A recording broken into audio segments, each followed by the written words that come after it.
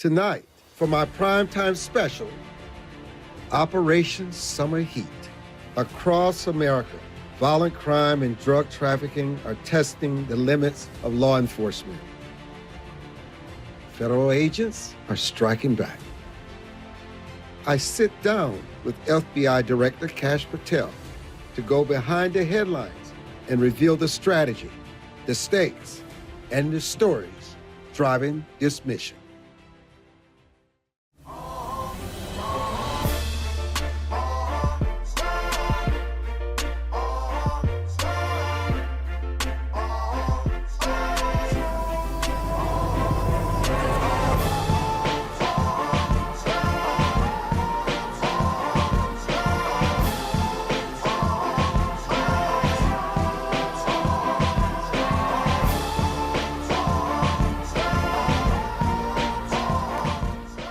Hello, everyone, and welcome to this very special edition of the Armstrong-Williams Show, where our guest for the full hour is the director of the FBI, Kash Patel, who, under his leadership, the Bureau launched Operation Summer Heat with local and federal partners, targeting the most violent offenders in Chicago, St. Louis, Memphis, and New Orleans and beyond. And for viewers new to it, set the table for this operation, Mr. Director, and thank you so much for joining us. Thanks so much, Armstrong. As I said, this is breaking news. We've kept it quiet for the summer. Operation Summer Heat was a 3-month surge by the FBI with our state and local partners. We started at the end of June, and we just wrapped up at the end of September. And what we did was follow one theme: crushing violent crime, one of this administration's key priorities. And we went into every single field office. We have 55 field offices scattered across the country. And today, we're going to unveil the results of Operation Summer Heat and what law enforcement can do when you let good cops be cops. What is it that you find that all these cities have in common that is lacking, where it takes an operation like Summer Heat to go in and disrupt this crime, make sure the partners have the resources that they need, and make sure that these criminals understand that their days of destroying and controlling communities and placing people in fear are over? Well, I think a quick historical analysis is important here. You have to recognize that there was an explosion in violent crime, and it didn't happen in a month or 6 months. It happened over the course of years due to the prior administration's lackadaisical approach against crime, and violent criminals took advantage of that. So the FBI, under my leadership, we came in and said, okay, violent crime's exploding. Everybody knows that. We see that. You can't walk around these cities anymore. People are getting shot. Kids are getting shot. Drugs are killing our youth. We need to do what the FBI is best at and crush violent crime. So we targeted all the major cities in the country. We called our state and local authorities, and we said, we need you all in as task force officers. You have the ground level intelligence. We have to attack the criminal enterprises where they start and their entire spider web of networks across the country. And that's the beauty of Summer Heat. We went everywhere. You know, what is fascinating, what you're insinuating here, is that this is not possible unless all the strategic partners are on board. It's a collaboration between the states, their leadership, the mayors, the municipalities. Why is that so important, and why does that give you the kind of effectiveness in terms of the results that you're seeking through Operation Summer Heat? Because there is no one federal agency or the federal government that can account for the safety of the entirety of the nation without our state and local law enforcement partners. You have to recognize the 1 million or so state and local law enforcement partners across our 50 states doing the job. They have the best relationships in the community. They have the ground level intelligence. They also have assets and resources that when we sync together with the Federal Bureau of Investigation, that is the most dynamic police force on God's green earth. And that's what the beauty of moving agents out of DC, as you and I have talked about at other times. When you take 1,000 folks out of DC and put them into the field, they are supporting Operation Summer Heat on a permanent basis with state and local law enforcement, because there's less people in DC for the FBI and more intel analysts in the field, more federal agents in the field, and more support staff in the field. That's what it takes to build up these cases. That's what people don't realize. You can't just walk into a city and say, okay, there's 150 law enforcement officers here, let's go arrest people. You have to build a ground game of intelligence that takes months. That's what we did in Memphis. That's what we did in Chicago. That's what we did in New Orleans. And that's why at President Trump's direction, we went in quietly months ago into these cities to set phase 01. Now we're going in with the Guard to complete that project. And that's the beauty of operations like Summer Heat. When you say going in with the Guard, I assume you're speaking of the National Guard. What role will they play? And have you, through your involvement in lowering crime dramatically in Washington, D.C., found the process and a formula to better use the National Guard to complement what you're already doing? We absolutely have. Under President Trump's leadership, we needed the National Guard in Washington, D.C. You and I both know. We live here. Washington, D.C. was a hotbed of criminal activity. I mean, we had an assassination of Jewish students and interns. We had an intern from Congress get murdered. We've had so much drug crimes here. So rightfully so, President Trump sent this in quietly months ago to, again, set the stage. The FBI take 01 operations, phase 01, set the ground game intelligence, work with MPD. But in order to complete the mission, the president was right. We needed a National Guard to set a stable perimeter.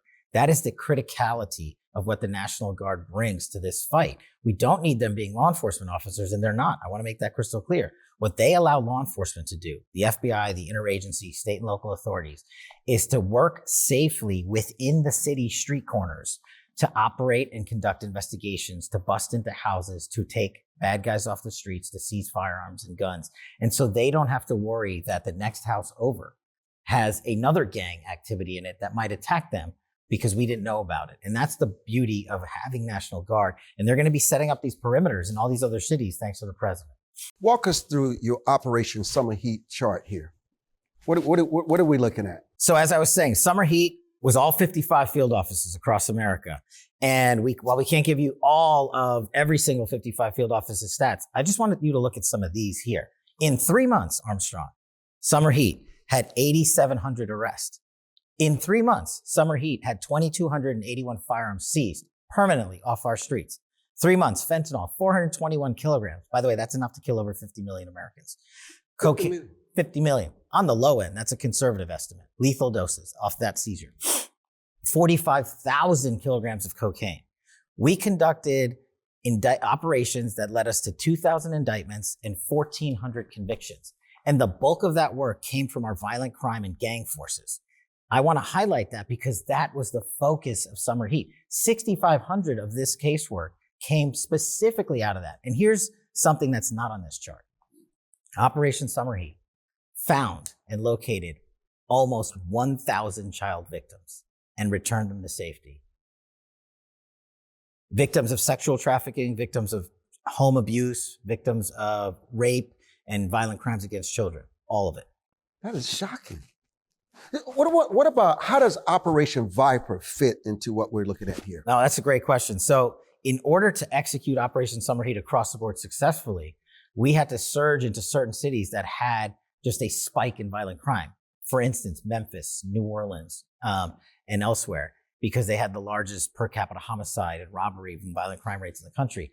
What they needed was FBI specialized resources. They needed our teams to come in there with our cell phone analysis, our CAS systems, our VICAR systems, our specialized investigative tools that allow us to map out the infrastructure that the enemy is operating in, to locate them, and to work with state and local law enforcement officers to say, now we got search warrants to kick down these doors because we know where the bad guys are.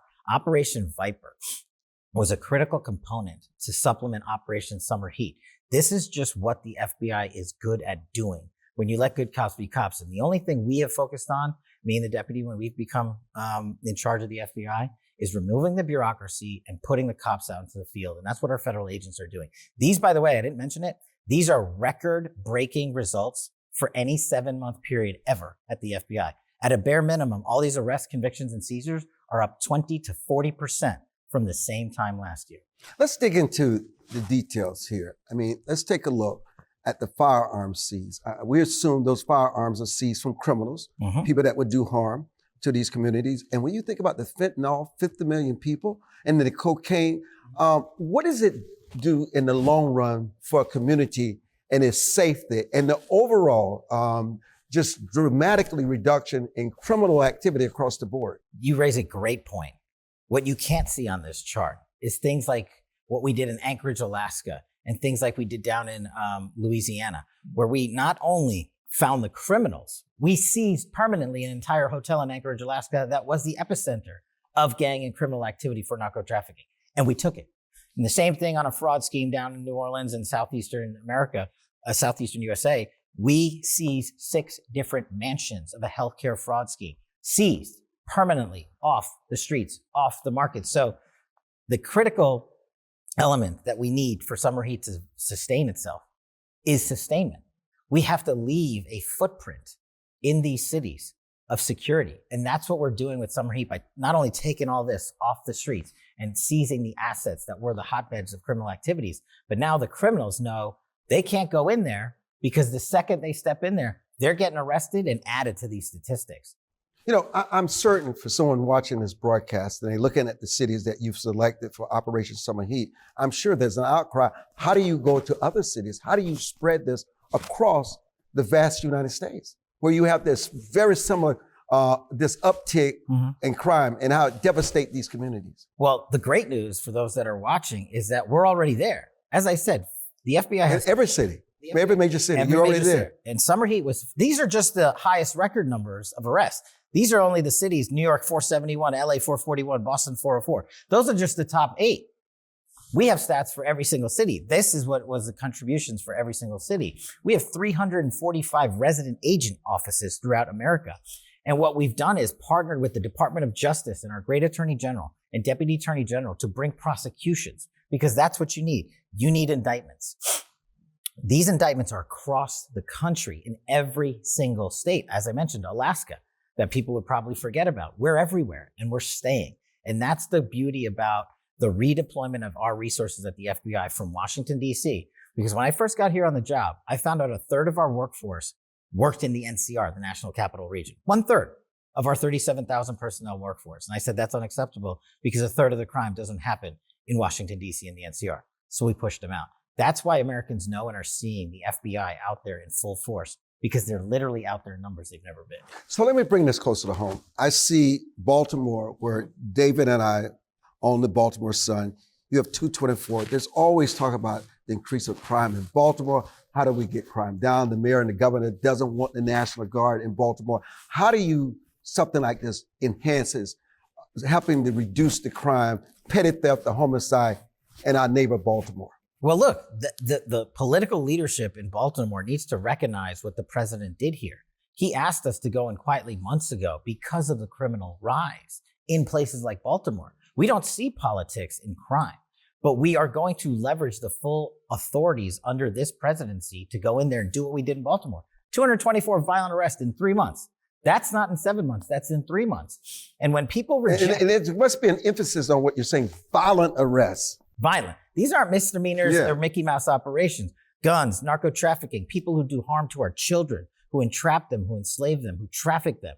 This is the worst of the worst. Murders, gangs. That's why I highlighted that violent crime and gang statistic. 6,500 of these arrests were just violent crime and gang related alone. And so when people come back at us and say, oh, well, we don't want the National Guard. Well, just look at what happened here in Washington, D.C. The National Guard came in and set up safe perimeters and zones and also allowed the public to view safely what the National Guard was doing, which was simply setting up perimeters. And that's what we can do in places like Baltimore if they want to work with us and get the job done. And who doesn't want a safer town for their child to go to the parks in? Who doesn't want a town with more guns removed from the streets? Who doesn't want a town with more fentanyl seized so your kid doesn't overdose at the park? That doesn't make any sense to me for anyone arguing against it. The director of the FBI is our guest, Kash Patel. We'll talk about more about Operation Summer Heat on the other side of the break. I'm Armstrong Williams. We'll be back.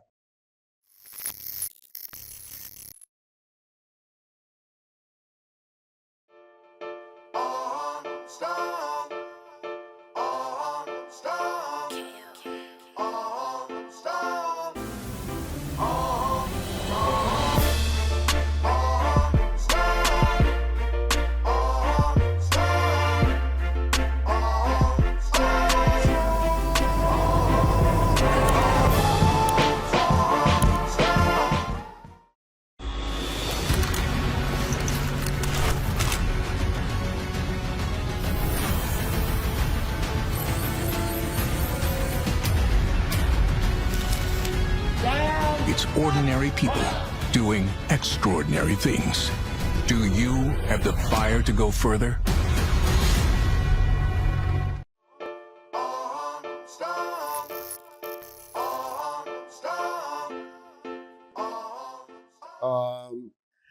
You know, your critics say that Operation Summer Heat retasked the FBI towards street crime, well, at the expense of counterintelligence and domestic terrorism.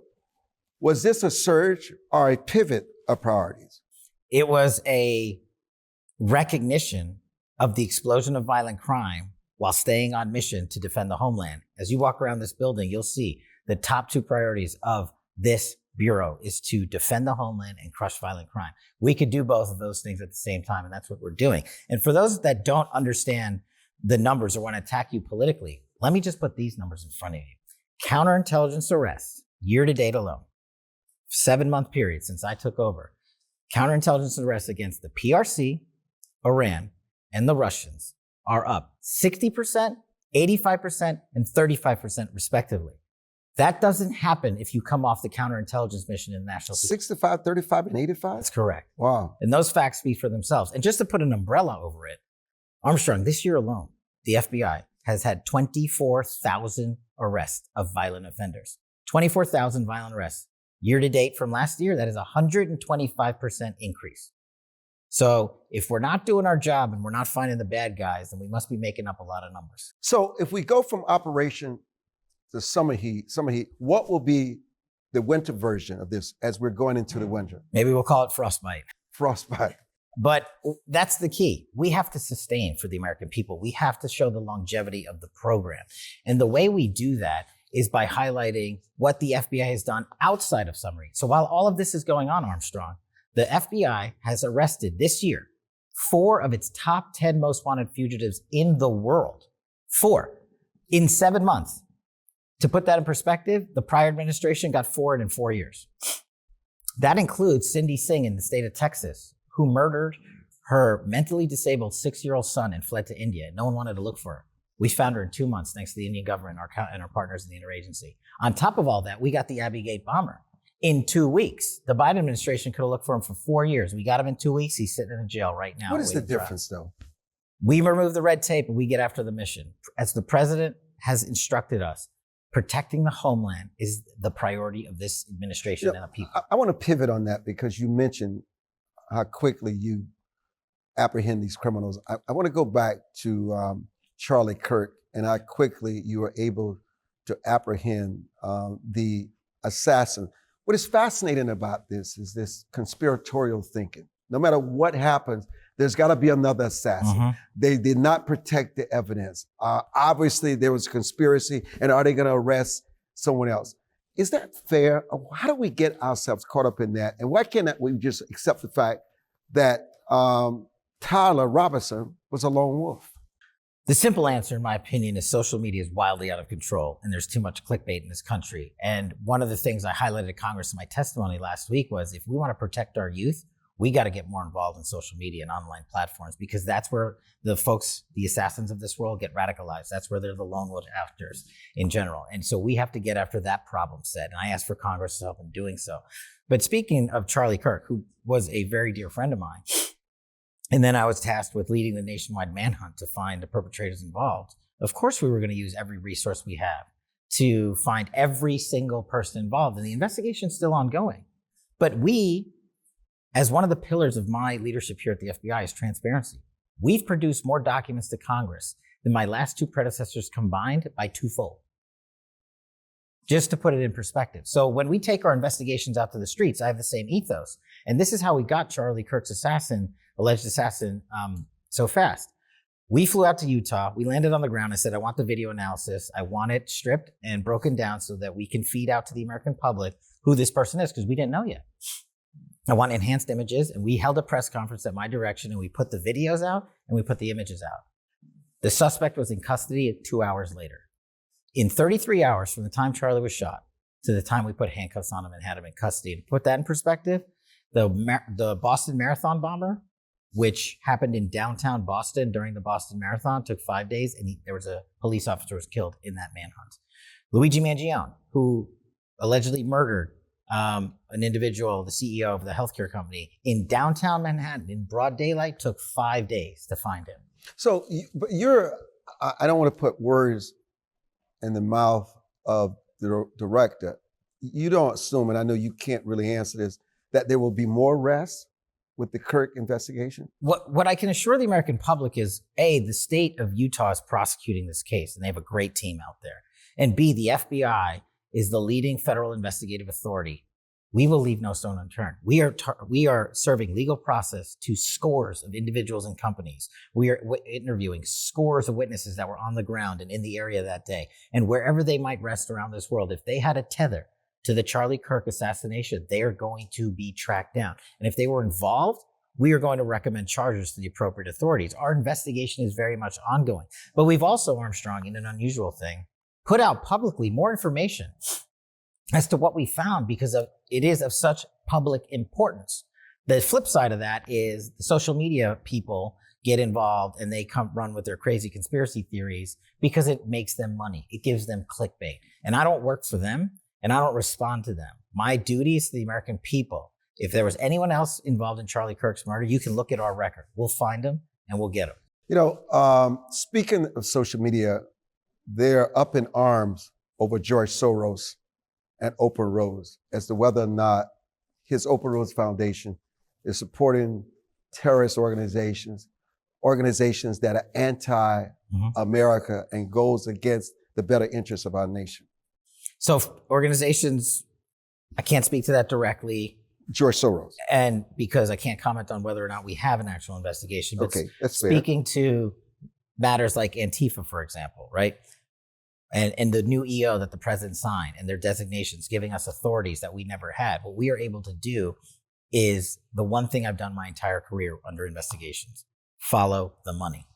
Serve legal process and follow the money. These groups just don't show up overnight. You don't have hundreds of people surround a courthouse overnight and then move down to LA and cause riots and then move halfway across the country and cause disruptions in Chicago and elsewhere. It is an organized effort that someone or some groups are paying for. And what I can tell the American people is we have open investigations on multiple groups and individuals funding these efforts. We have legal process that has already been executed. The search warrant results are coming in, but also remind the American people that they want, or not they, the American public, for the most part, understands that it takes time to develop these complicated investigations. But in the days of social media and the 24/7 news cycle, people want immediacy.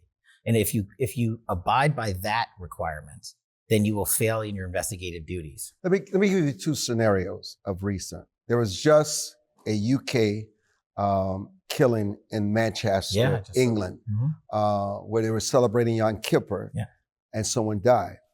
Just in Germany, in the last 48 hours, they apprehended 3 suspects that were bent on killing Jews. They confiscated AK-47s, which leads me to this point. Is the FBI, Mr. Director, up to the task of penetrating domestic terrorist groups? And why do we have to wait for someone to die before we make an arrest? In Germany, they made an arrest before someone died. In the UK, they did not. I can't speak for the UK and Germany. But are we up for the task here? We absolutely are. And the American public across the country sees it. We defeat and disrupt these acts before they happen. We did it in places like Louisiana. We did it where we have an ongoing operation and takedown happening this week. We've got other places where we have stopped these crimes in Texas and elsewhere from happening because of our domestic terrorism authorities, because of our international terrorism authorities.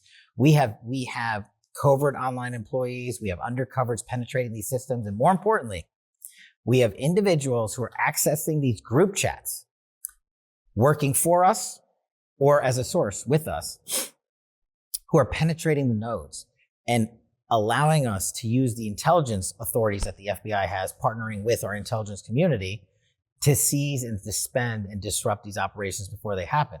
And most of the time, the American public doesn't hear about those. But when we can bring an arrest, we're very public and we're very loud about those because we want the American public to know we are disrupting. We're doing it all the time. And in fact, we just disrupted a school shooting in New York City just a week and a half ago. We put it out there. The NTOC, the FBI's National Threat Operations Center, received a tip from a social media company. This is how it works. We've got relationships. They tell us, hey, this kid was going to go shoot up a school in New York City. You know what we did? We immediately acted, executed search warrants, found the kid with a firearm in the school, and stopped the school shooting. But can you arrest those on social media that have manifestos talking about killing, assassinating, creating havoc. So in terms of arrest, when you talk about killing and assassinating, that's violence. Yeah. That's not protected speech. Yeah, we're going after those guys. Absolutely. We have to protect First Amendment protected speech, but at the same time, when you threaten humans, when you threaten groups, when you threaten communities, you bet the FBI is coming after you. You know, do you have the resources? You know, I was just reading where effective October 1st, many of your agents, hundreds of them, decided to take the compensation to move on. Mm-hmm. You lost hundreds of agents. Some people would see that as the FBI lacking resources, and certainly that is the narrative in much of the media. How does that impact the FBI? Does it cripple you, or do you have the necessary resources to do all the things that you're talking about today? We do. We have, thankfully, recruitment since we took over has exploded.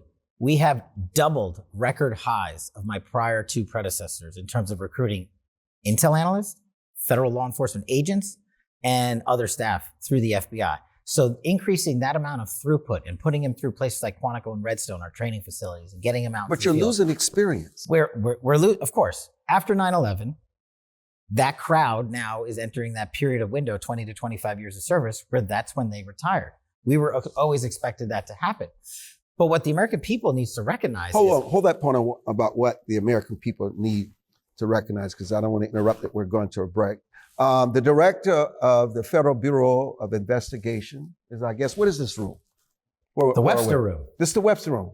Oh, after the former director. In honor of his recent passing. Yes, that's right. We'll be back.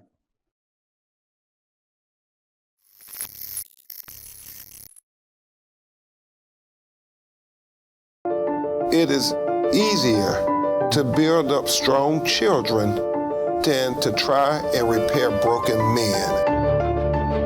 The streets are plagued with crime, violence. There's a lot of poverty, and it's all a result of lack of education that's happening in our schools. So it really is a crisis. We come from very different political perspectives, but we've come to the same conclusion, and that is there is a crisis in the classroom. Children are being deprived of quality of life because they're being deprived of a good education. We must solve this problem. It's incumbent upon all of us to join hands together to get this done. We can't afford to wait one more day before we address these issues, because every day we lose another child. Let's stop the politicking. Let's stop the games. Let's really do something to give these kids a real chance at life and being a part of that American dream. We need accountability for funding. Many of the districts where you're seeing very low test scores, students graduating with very low literacy and math comprehension rates, they are receiving a lot of funding. So where is the money going where our kids aren't being adequately educated? If you believe every child is deserving of a quality education, please go to educationjusticefoundation.com.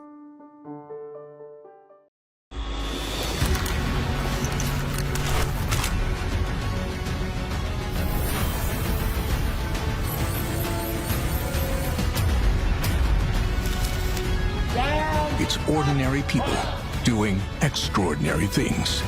Do you have the fire to go further?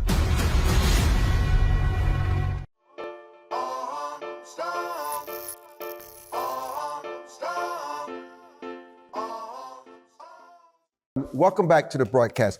The American people should know. The American people should know how we're doing in recruitment. And we're not just bringing in new folks off the street. We're bringing in seasoned, experienced professionals through our programs like our Crossover 1811 program, because other federal agents want to work for the FBI. So we're not just bringing in newbies. We're bringing in people from the private sector that have been working for 10 and 15 years that want to work at this FBI. And what the American people should also know is if there's a complaint about how we are staffed and manned now, where was that complaint in the last 10 years? Because it's not like the FBI didn't have the funds or resources to fill the billets that were open on the books for the last 7 to 10 years. Leadership chose not to. That is an abject abdication of duty to the men and women of the FBI. And when we removed these billets because they remained unfunded, because prior leadership was too lazy or didn't care about the future of the FBI, the American people need to know that we are taking the opposite approach. How are you impacted by the government shutdown, especially if it's long and protracted?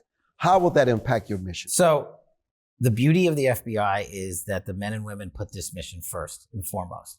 And we are accepted from the overall shutdown because of the national security and law enforcement mission that we have. So do they still get their pay? Well, that's the problem. That's the biggest problem. They work, they don't get their pay now. Until this is resolved. Until it's resolved, they'll get their full back pay. But you have to recognize. Can someone work with the same enthusiasm, No, knowing that members of Congress are still getting paid and all other non-essential and essential employees are not getting paid? So Can they still do their job at the same level? It's my job to motivate them to do so, but here's the thing I've learned. I don't really need to motivate them.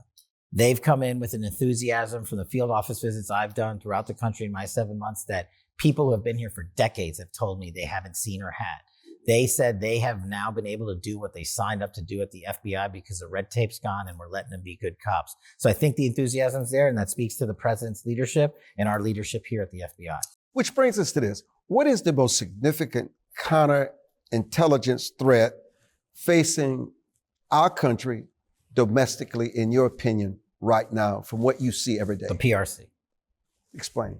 So the Chinese, and particularly the CCP, engage in the greatest level of espionage against the United States of America. And particularly troubling is how they acquire lands and real estate in and around military bases. Particularly troubling, as you have now know, is public Salt Typhoon and Volt Typhoon, where there's penetration of our telecommunication infrastructure. Particularly troubling is how the Chinese are going after our critical infrastructure systems, our water, our energy, and our electrical grid infrastructure systems. We know they've penetrated them. We, the FBI, have been able to produce in record numbers, as I highlighted earlier, counterintelligence arrests of this espionage activity. But we need a whole of government approach.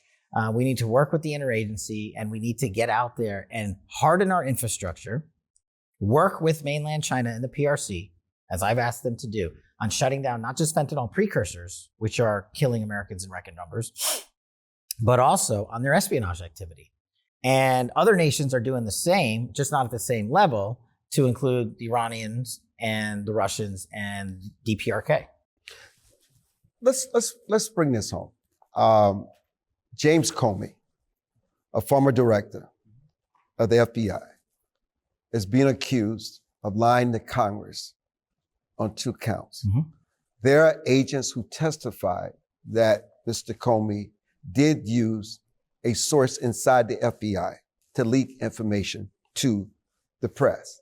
There are agents who are still in this building that were loyal to him, who did not want to see this indictment go forward.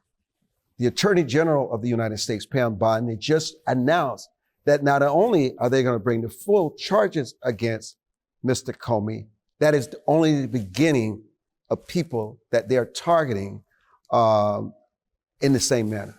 Your thoughts on where you sit as the current FBI director, seeing one of your colleagues who also was the director of this place being indicted, and what does this mean going forward for the FBI in the Trump White House? This is the only thing we haven't talked about. It's the restoration of trust the American public has in the FBI. Don't take my statistics for it. You know it. It was cratering. It was at all-time lows over the prior 2 directors. The restoration of trust comes in my work with Congress, congressional oversight, production of documents, and transparency. That's a piece of it. That's a big piece of it. When we produced 33,000 pages and the prior 2 directors only produced 4 and 13,000 respectively. That's a big difference of investigations of consequence, everything from JFK to the Charlie Kirk assassination and everything in between. We're making ongoing productions like never before seen so the American people can see, touch, and feel it and not be told what happened.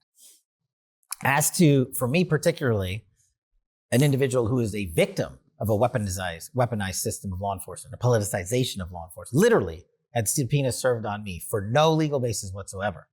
I will never, in this seat, launch an investigation without the appropriate legal and factual basis to do so, and I do not make those decisions. The career In other words, whereas the people that accuse you of weaponizing the FBI to do the president's bidding is just not true.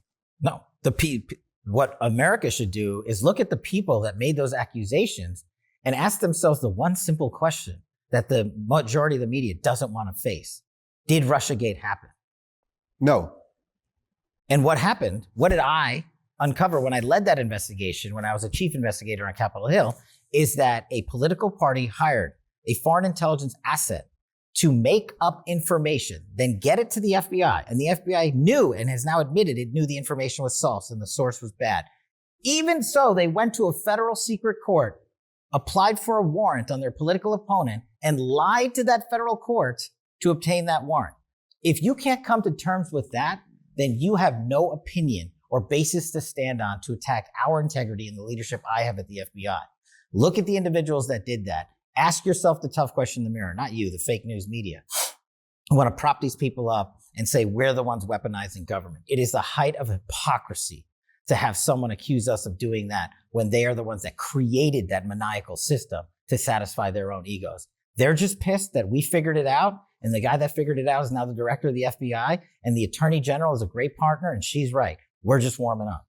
How do you balance your attorney general got a lot of pushback when it seems as though that they were threatened to punish free speech? Even people on the right became very concerned about what is the bar, because it's even if the speech that you hate is what separates America from everyone else. How do you balance all this against? Look, it's simple. We will defend your right for free speech to the maximum extent of the law. If that free speech turns into violent activity, you will be arrested. That's it.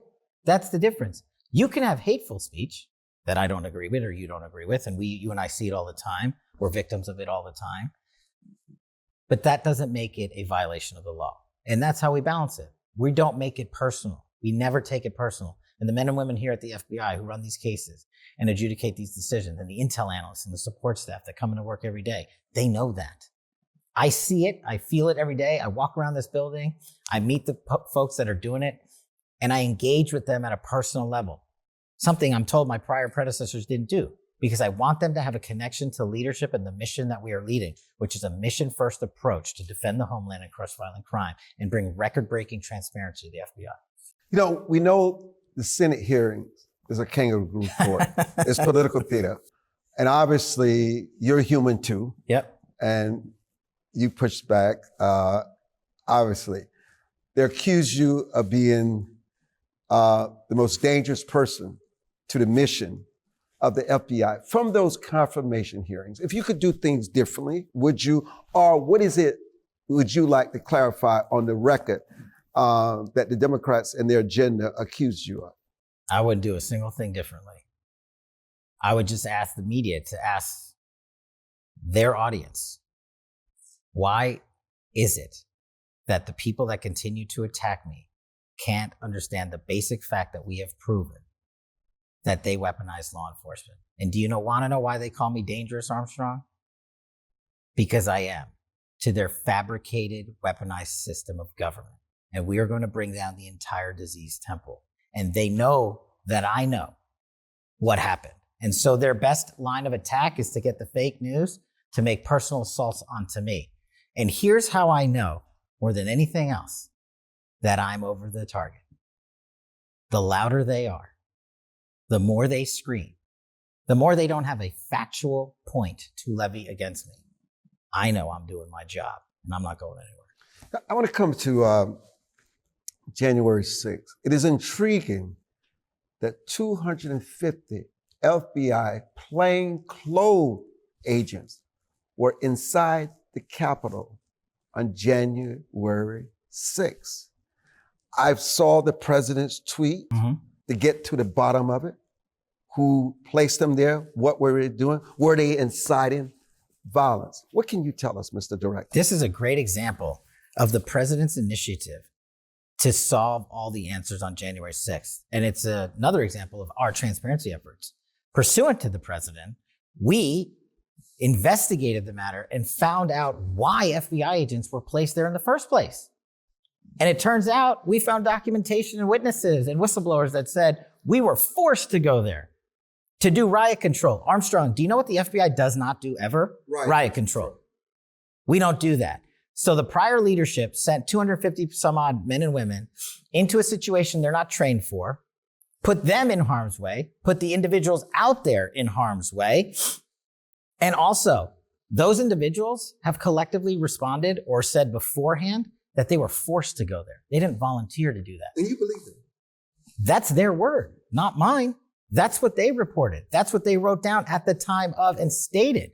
And we made those productions of Congress, which is the only reason you know it, because I'm the only director that's willing to work with Congress to get this information out there. And so I think we are in a better position than we have ever been in terms of transparency because of President Trump's initiative to be that way, but also to fully investigate matters of great public importance like January 6th.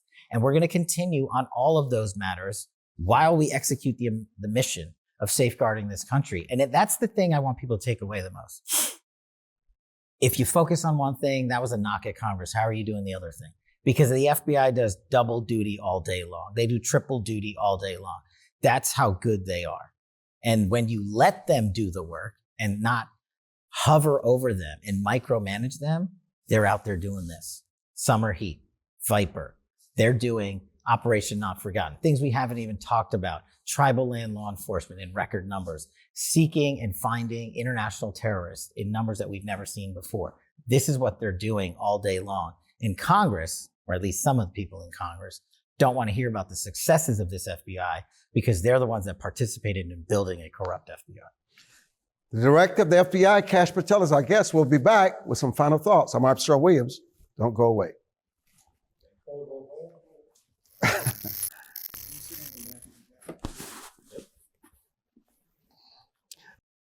As a home buyer, you need a lender who cares about your home ownership dreams. United Security Financial has been helping families secure their dream homes for 30 years. We're a national fair practice lender that provides affordable mortgages and low down payment programs to eligible home buyers. To learn how United Security Financial can help you secure your dream home, call 1-800-373-4186.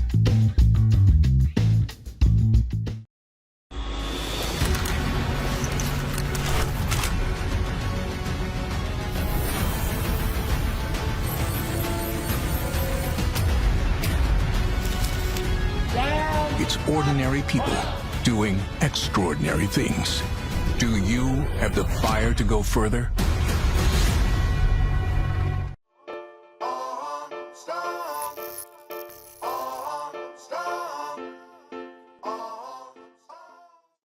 Some Republicans, Mr. Director, argue that Nancy Pelosi staged January 6th and the Select Committee covered it up. Based on what you personally know, what are the verifiable events in the lead ups? And do you, I know you don't speculate, you just deal with facts. I'm in a unique position. Remember, I was chief of staff for the Department of Defense on January 6th. We were responsible for the deployment of the National Guard. And what I was forced to testify to years ago at great personal cost has now once again, just like Russiagate, been proven true because all I do is speak the truth. On January, actually in the days before January 6th, we were in the Oval Office where the President Trump at the time, authorized, pursuant to law, up to 10 to 20,000 National Guard. We took that authorization because the law's second part required a request from who? Nancy Pelosi and the Metropolitan Police and the mayor at the time. And what did they say? No. And remember what happened for the next 2 years? They say, oh, Kash is lying, Trump's lying. And what did we find? Letters of their declination of the National Guard, refusing to have the National Guard show up. So all I can speak to is the facts. And the facts are those plus this. Nancy Pelosi and her team were busy filming a movie on January 6th while this so-called chaos around her was going down. If she had, just look at it this way, if she had said yes to the National Guard and we had 10,000 uniformed military officers established a secure perimeter, do you think January 6th would have gone differently? President Trump saw and proactively acted, and Nancy Pelosi and the local government shut us down, and now that is abundantly clear. I did the same in Russiagate. I proved the truth. I spoke the truth, and I did it on January 6th, and now look where we are. Everybody's now saying, oh, you guys were right again. You know, you've advocated aggressive action against violent extremists. What's your red line, Mr. Director, that prevents the state from drifting into let's say, policing the ideology? And also give us a recent case where government crossed that line. So I'm so glad you brought this up because I totally forgot about it. It's one of the most important things we do. We call it nihilistic violent extremism. And the main network that does this is called 764. And what they do is they go online, and not just in America, this is a scattered group throughout the world that goes online and targets our youth. And what they literally do is cause and convince members of our youth to be radicalized. They cause them to self-inflict mutilation on themselves. And in some cases, they even cause the kids to kill themselves. And so what I ask state and local authorities across this country when I travel is, I need your help. We, the FBI, have a 300% increase this year alone in arrest for nihilistic violent extremism. Just us. But the recognition and the training we need to bring to the rest of the country is something that we are keenly focused on. But I don't think we missed the mark. I don't think folks overreach, at least for the FBI, in those disastrous situations where the parents aren't able to police where their kids are going out. This is why I tell you social media and these gaming platforms are wildly out of control. Nobody's on there. Nobody knows what they're doing. Should there be penalties for media that publish leaks that later prove false Yes. and harmful? 100%. 100%.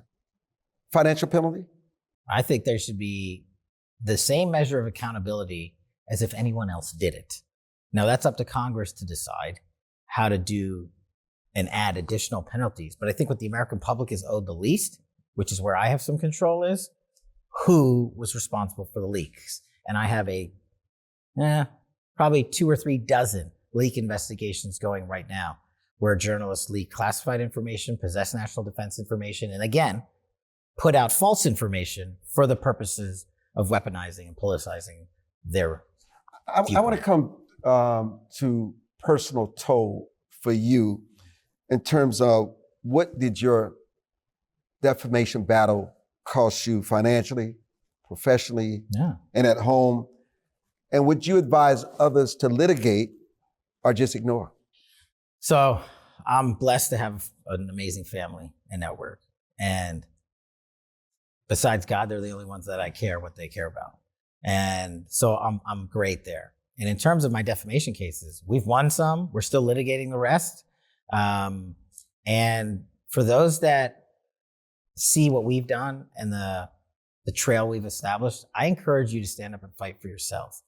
Because if you allow these organizations and people online to make up information about you and attack you personally, then they win. And as anyone knows me as well as you do, I don't bend the knee. And I ain't about to start now. You know, should the U.S. formally designate the domestic groups as terrorist organization? If not, what's, Mr. Director, the right to RICO, material support analogs, or case-by-case prosecutions that avoid criminalizing an ideology? Yes, I think Antifa, specifically speaking, as an example, we have to recognize these groups for what they are. If we as a society just allow these riots to continue, then we as a society are going to be engulfed by the criminal activity these people are doing. LA, you can't attack law enforcement. You can't throw rocks and boulders at law enforcement. You can't in DC assault law enforcement. In Portland, you can't set fire to a federal building and get away with it. How is that acceptable? And it's all being caused. It's not individual acts of violence. It is organized anarchy and chaos. And thanks to the president's initiatives, and when I was there in the Oval Office when he signed it, we are getting after the fight with more resources and tools than we've ever had. You know, I found it interesting that your latest on the Anti-Defamation League, political fronts masquerading as watchdogs. Yeah. I mean, just go look at the glossary index of what they used to have as what they called the equivalent of terrorist organizations. Turning Point USA on the list. Just to name one example. So you thought they were a useful tool for former director James Comey? No, I didn't. Absolutely not. I don't know why he ever partnered with them, except to bandy his name about in the public and work with the lobbyists down on K Street. Let me tell you something about this. When word got out that I was about to kick the ADL out, do you know who called this building? The lobbyists for ADL, begging for a phone call. And I said, no. That's how I knew they were in the wrong the entire time. And we proved it. And we put it out for the world to see. What has surprised you the most when you arrived here? I think a couple things. One, I was really surprised at how handcuffed our 1811s, our brick agents, were in the field. How many levels of permissions they needed to do their basic day-to-day Bureaucracy. job, and how much bureaucracy just they had to shoulder. So we eliminated it. The other thing I was shocked is nobody planned for the longevity of this place. We're sitting in a building that's 60 years old, and people have been trying to move out for 20 years. We broke through the politics. We're moving next year to the Reagan building. By the way, we're saving the taxpayers $4 billion in that move. But you're definitely not going to Maryland. No. And we're saving the taxpayers all that money. And also, we're giving this workforce a safe environment to work in. Why didn't anyone think about that for 20 years? What about the infrastructure? What about the AI? What about tech? Why isn't that here in a system across the board? So the great thing is, with our private public sector engagements, we're doing it. We're doing it. It's not patchwork. We're bringing in new ideas and innovative ways to triage data with AI. We're building an infrastructure system and a cyber system that allows the FBI to talk to everybody at one time. Nobody planned for that because it was not the sexy thing to do and it didn't get them headlines, but that's what we're doing. You know, being the director of the FBI is a big deal. You know, I watch a lot of crime shows like Forensic, Without a Trace. They always talk about the FBI crime labs in Quantico. Mm-hmm. Tell us about the uniqueness of the FBI crime labs, Forensic, the things that they do that nobody else can do better. Sure. When a case or a crime happens, let's use the Charlie Kirk assassination, for example. The FBI's crime lab in Quantico, we also have a huge facility in Redstone Arsenal that does brilliant explosive training and cyberkinetic training and amazing systems that we're involving our state and local partners with. We flew out there. We used our air assets on a rotating basis to bring the gun, the towel, the screwdriver, and the ammo back to our facilities here for immediate DNA analysis. And what do we have? Positive hits. And what do? We put that out publicly so that we could tell the American people what we're doing. That's just one small example of what the FBI lab does. DNA analysis, chemical analysis, explosives analysis. Our men and women in the lab there would literally impress you beyond maybe anything else the FBI does, because without them, we couldn't do this job. And the training center we built down in Redstone Arsenal, Alabama is something you should come down and see. It is a magnificent feature of advanced training of where this FBI should be going and where we're taking them. Because while Quantico is awesome, it's not enough to meet the throughput requirements I need for the 1811 demand that the American public must have. And so we're getting creative, and you're going to see some fun hybrid options going forward. You know, it goes without saying the gratitude that we at Armstrong Williams Show had for sitting down with you and giving us this exclusive. In the minute that we have left, for your critics who say your educational and experience journey did not qualify you to be in this role as the head of the FBI, what do you say to them? What you bring that is so unique, and why this is the time and place for you in your career? That's the best example of disinformation I've ever seen. I served in government for 16 years. Democrats fought to delete that from history. I was a public defender. I was a federal public defender. I was a national security prosecutor for the Department of Justice in the Obama administration, chasing down terrorists around the world.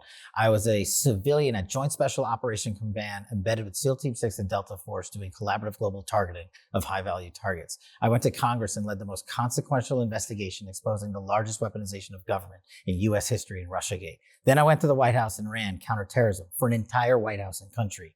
Then I became the Deputy Director of National Intelligence.